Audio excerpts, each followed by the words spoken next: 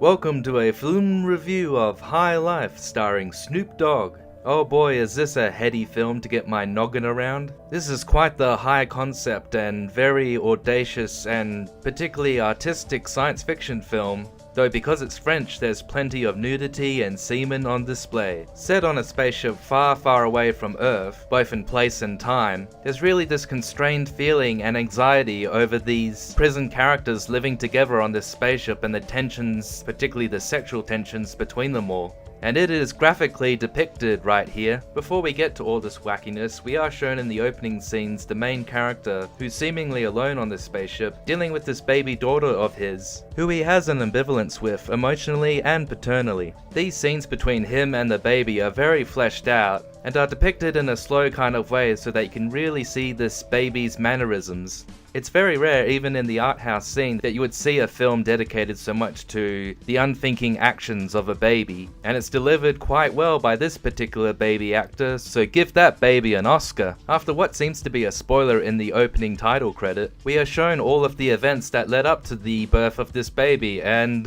when you see this film, you will see how this baby was convolutedly conceived, and it's all to do with this sexual experiment that's taking place on this spaceship. This film may seem to be an assortment of scrambled together ideas, but each of these ideas are just so fascinating because of how rare they have come up and been discussed in sci-fi films like these. This is such an original film in every detail, and it really feels like it has its finger on the pulse of humanity, even in the design of the spaceship and the very simple outer space visual effects. It really feels like this film is taking its audience on a strange cosmic journey. High Life certainly has its reference points at time to other sci-fi films, especially 2001 because of its realistic spaceship design and outer space physics, and to Stalker for some particular scenes involving dogs, and to Interstellar for how it depicts time in space and the use of black holes in the storyline, and to Sunshine specifically because they have this vegetation room which is their only organic connection to the Earth, and to High Rise because both these films seem to have so many indigestible ideas, all thrown around in a crazed frenzy. Most importantly, it's how this film really digs deep into the isolation and need for connection and need for reproduction that makes it such a surprisingly emotional yet entertaining and enjoyable watch. If you're interested in an original piece of work that's going to give you this reaction, then I'm going to highly recommend High Life. It may be a hard film to initially digest, and maybe for some a hard film to watch, but to me it was a really easy film to respond to. So that's my review of High Life.